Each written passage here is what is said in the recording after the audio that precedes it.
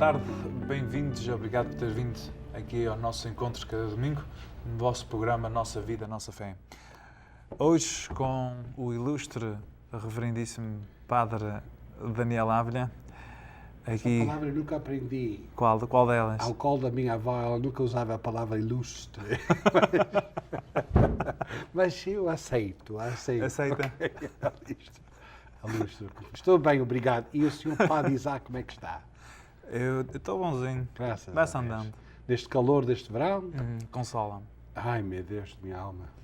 Isto é derreter. E eu sei que eu tenho bastante para derreter, mas, ai, meu Deus. Então não gosta de calor? Não, aceito porque a minha alma precisa de sacrifício e penitência, mas eu não gosto. Não, sabe, eu quando era mais novo não gostava tanto, mas agora eu gosto, por acaso. Especialmente às noites, nas festas, ou mesmo à noite, sempre agradável o clima. Gosto do verão quando estou nos Açores, ou se estou no Pismo, mas quando estou no Val não gosto tanto. Não, olha, é aceitar que de alguma maneira não podemos fazer nada, não é? Isso. E eu gosto de Val, por acaso eu gosto de viver cá.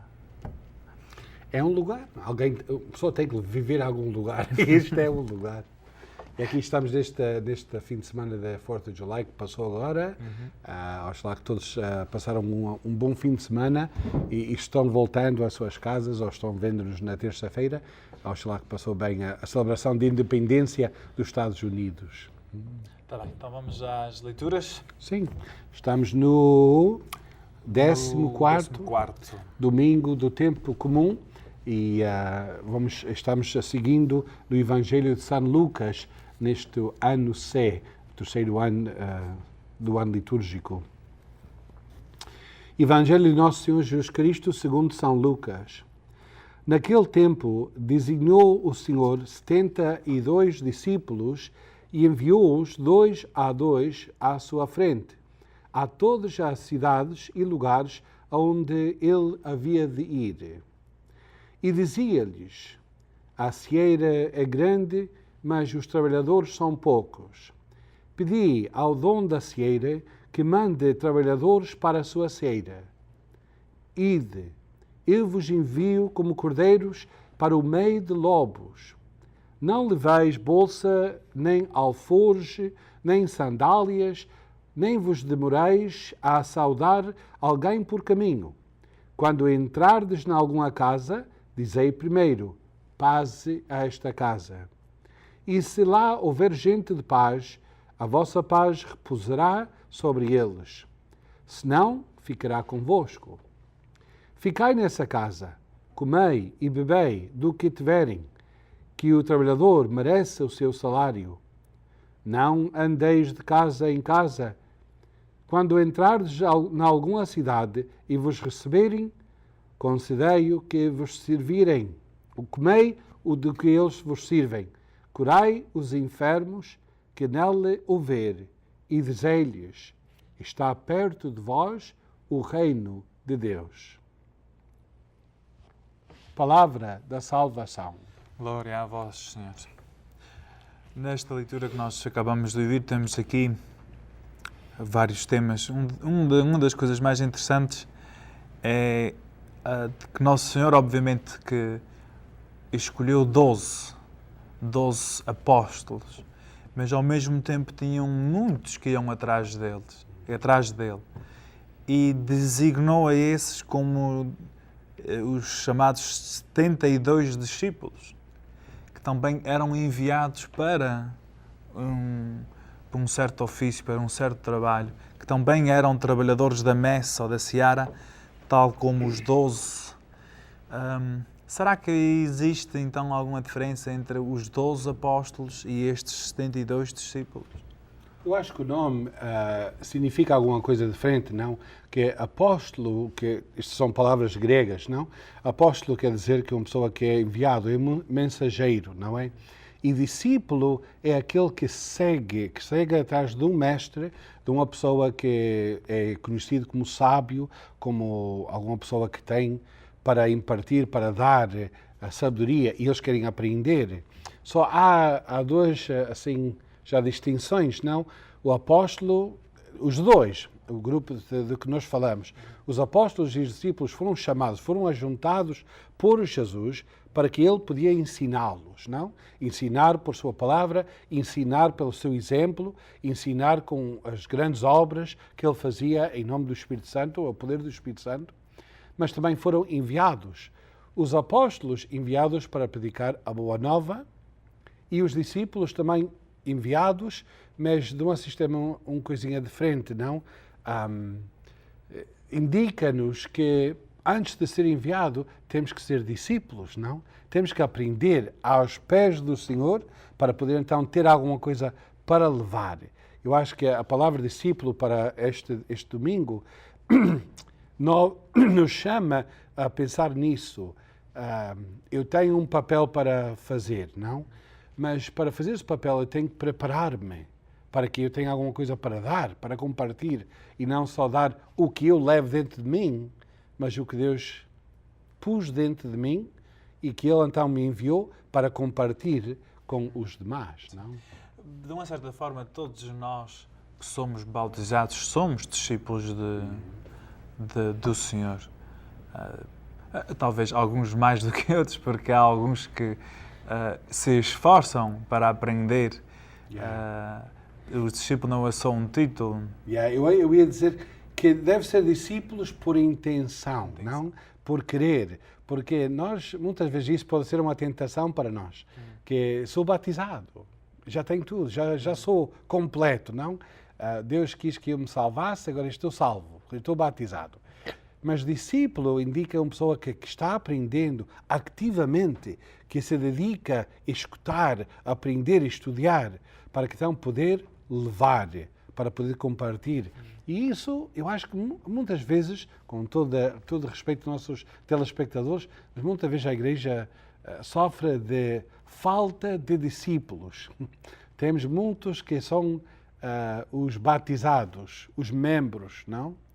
Mas ser membro, indicado por este Evangelho, inclui essa obrigação de ser discípulo, ser enviado por Deus ao mundo. E ser enviado, temos que preparar-nos para levar alguma coisa, não?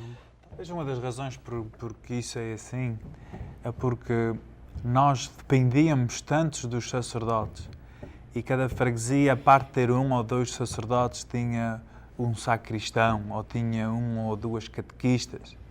E como eram essas pessoas, era como o seu trabalho, a sua função, e aí o resto, como não estava tão... Era interessado, mas não pensava que também era chamado para participar e para ser membro ativo, como isso era o trabalho de outra pessoa. Sim.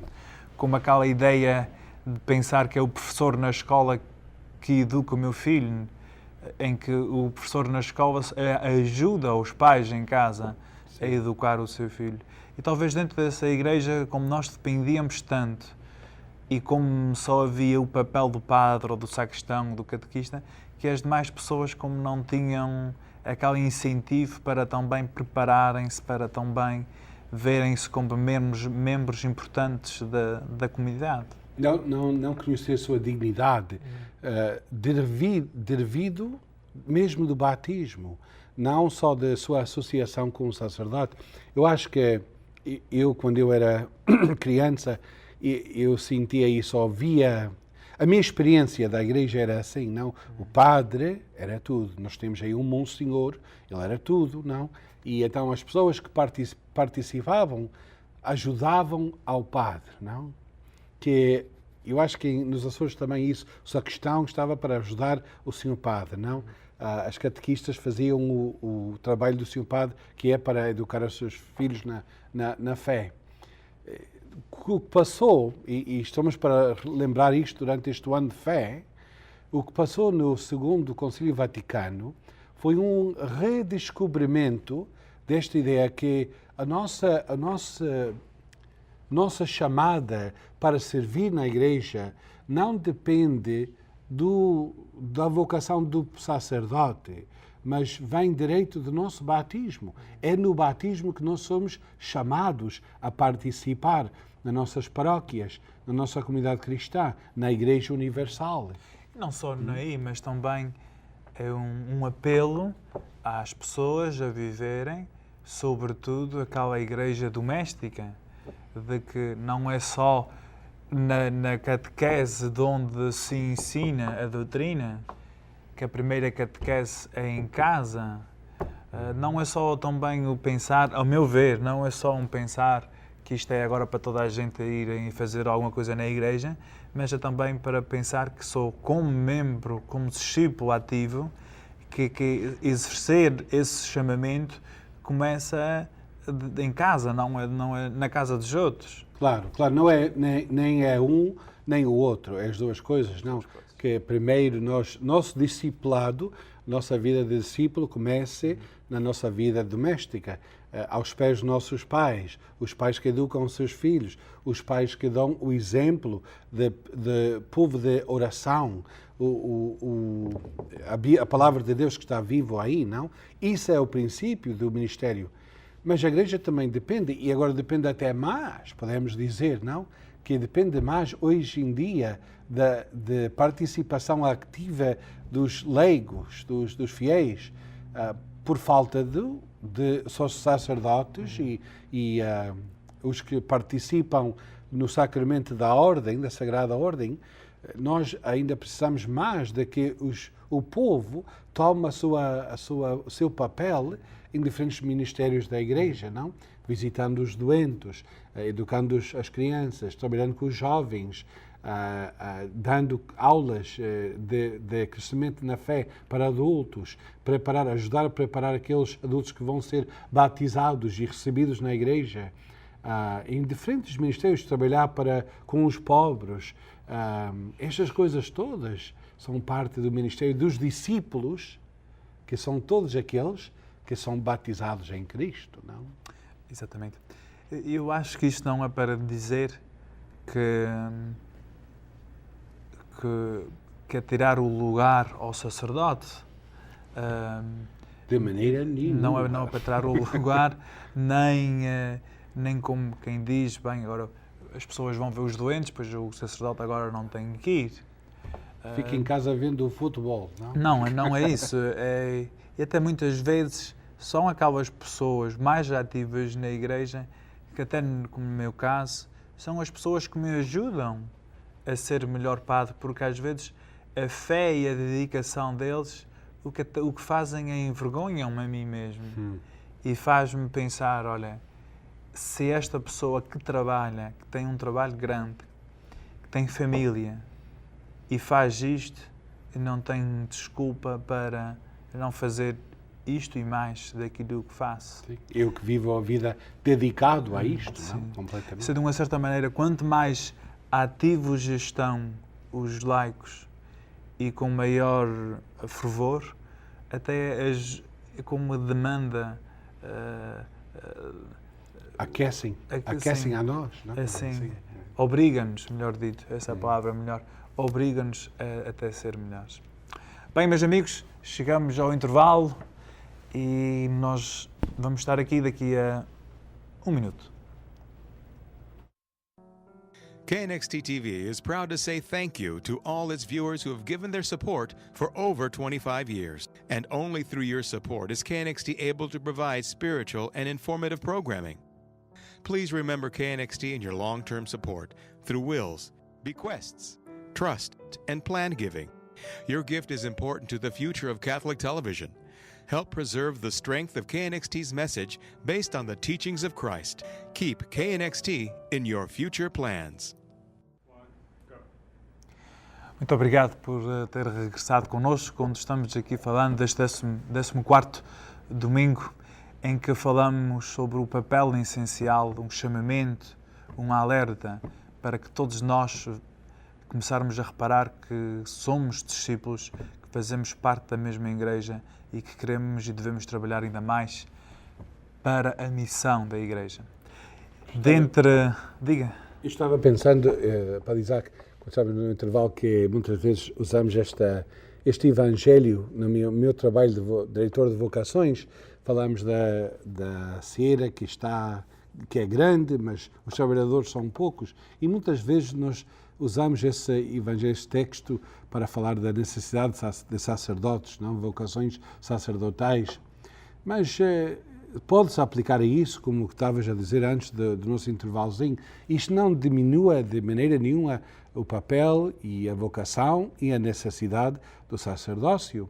Mas a cieira também depende não só daqueles que são consagrados para a vida sacerdotal ou a vida consagrada religiosa, mas de todos os cristãos tomarem a sério o seu chamamento de pôr em prática a sua vida de fé.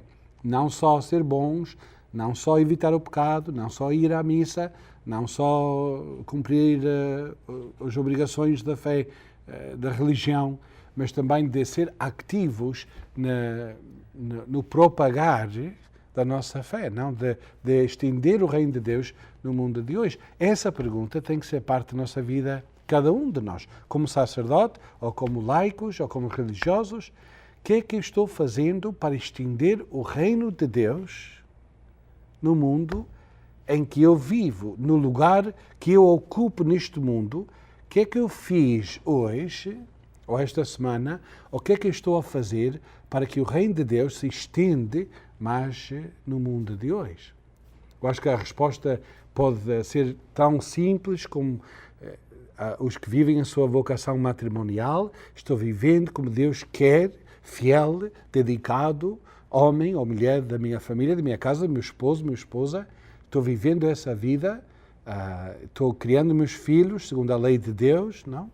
Até, olha, estou envolvido em algum ministério na igreja, não? E não só dentro da igreja, mas também em todos os cantos onde nós estamos, seja no trabalho, seja nas reuniões entre os diferentes grupos religiosos ou não religiosos, nas escolas, no jogo de futebol, em todo lugar onde está um cristão, esse cristão passa a ser mensageiro, passa a ser missionário no meio e faz parte dessa missão. Isso, de uma certa forma, é a mensagem do José Maria Escrivá, de São João Maria Escrivá, do cristão ativo por meio no seu trabalho, fazendo não só o seu trabalho bom, mas ao fazer o seu trabalho bem feito e de chamar a si a atenção para o seu trabalho, de dizer às pessoas, pois se eu posso, é por causa de Jesus, e que seja esse bom trabalho, a nossa boa conduta, como esse passe para esse intercâmbio, para esse diálogo com a outra pessoa sobre a nossa fé. Isso não é dizer que tem que ser alguma coisa extraordinária, mas fazer com fé, fazer em nome de Cristo o que estamos a fazer. Não, as coisas, bem, a nossa padroeira da nossa diocese é que nos ensinou que as coisas extraordinárias são as coisas ordinárias bem feitas. Feitas pelo amor a Deus. É isso que faz uma coisa extraordinária. Eu acho que isto dá-me... Eu assim entendo estas palavras de Jesus, quando ele diz aos discípulos, vocês vão e de onde entrem, fiquem nessa casa. E o que é que eles põem na mesa para comer, vocês comem.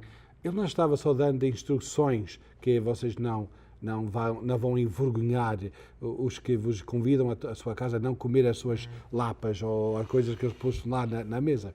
Ele estava dizendo, eu acho que quando vocês estão fazendo este trabalho, está no meio daquelas pessoas que estão a servir. Só evangelizar não é dizer tem que ir a este lugar fora, extraordinário, longe, de frente. Não.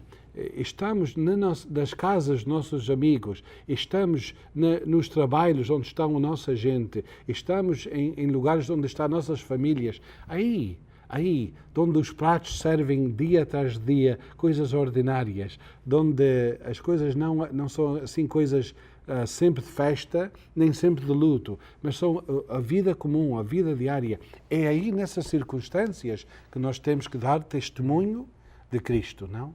Só quando Jesus diz isso, que vocês não procurem coisa especial, vocês metem-se no meio desta gente e no meio de onde se encontrem, no meio deles, dão exemplo, dão testemunho de mim, não?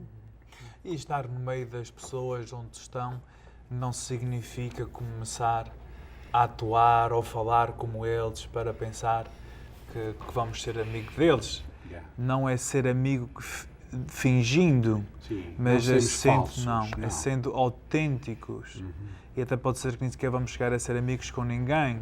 O que nós queremos é ser pessoas autênticas que demonstram a sua fé muitas vezes sem ser necessário usar o nome de Jesus, mas vivendo essa autenticidade vai certamente despertar alguma pergunta sobre o assunto, sobre a fé, e que essa aí passa a ser a entrada numa conversa simples que pode um dia fazer uma grande diferença. Yeah.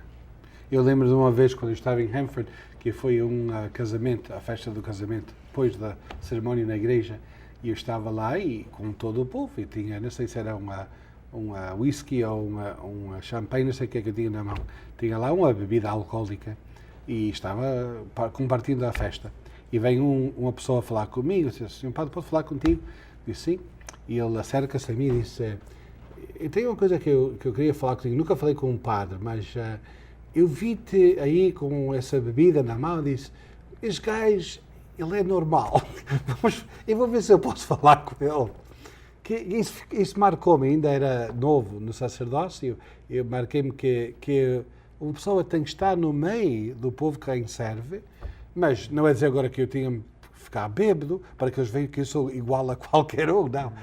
Uma pessoa está no meio de todos, mas sempre consciente de que está dando exemplo e querendo servir ao reino de Deus. E que todos os olhos nos estão a ver, voltados em nós, seja onde é que estamos. Yeah. E isso também não é só para nós sacerdotes, mas é para qualquer um cristão. Para o povo. É Isso. preciso saber para onde vão, o que fazem, por serem quem são e por serem autênticos discípulos, que automaticamente, mesmo sem merecer, de repente são figuras públicas, têm muita atenção, muita gente reparando, sobretudo para ver um engano, um tropeço, para depois vir criticar.